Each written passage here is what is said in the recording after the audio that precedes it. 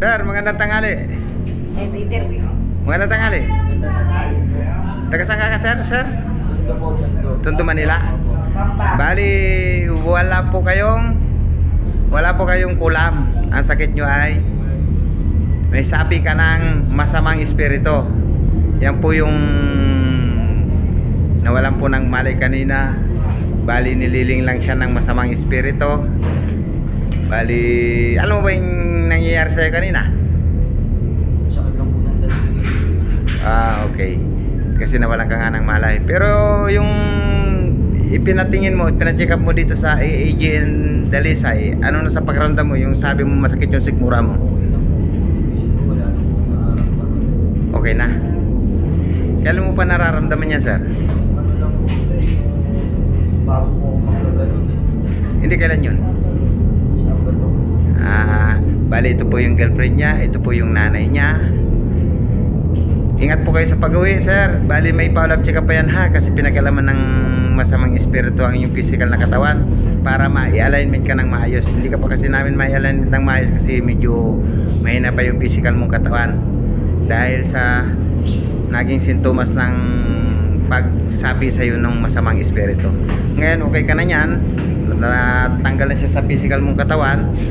Ano mo na yan? Yan na yung tunay mong pagkatao. Kasi 'di ba sabi niyo po, Nag-iba po.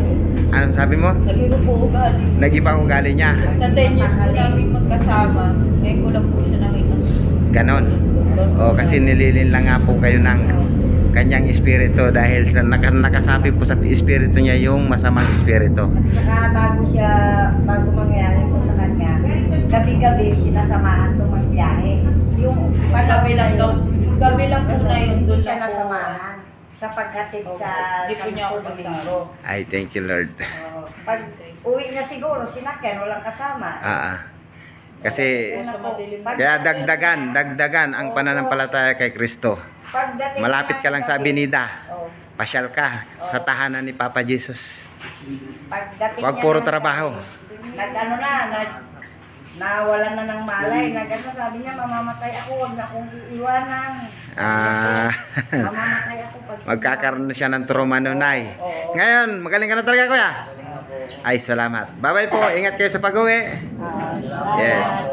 Yan. Masaya na po ang kanyang pamilya. Tapos, ito naman yung si Osogin. Oh, kumusta na yung pakiramdam mo?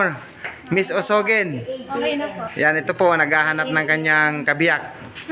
Baka sino yung available dyan, ligawan nyo na po ito para magkaroon ng asawa. Kaya mo, marami kaso lang. At hihingi na daw ang kanyang tatay ng magiging apo. Kaso lang po, Bye-bye. Ano, Okay na yung pakiramdam mo?